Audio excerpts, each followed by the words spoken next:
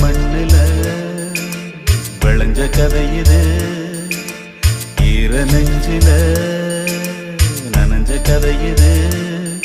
இது கதையானாலும் வெறும் கனவா போனாலும் ஒரு வரலாறுதான், வீர தாலாட்டுத்தான்.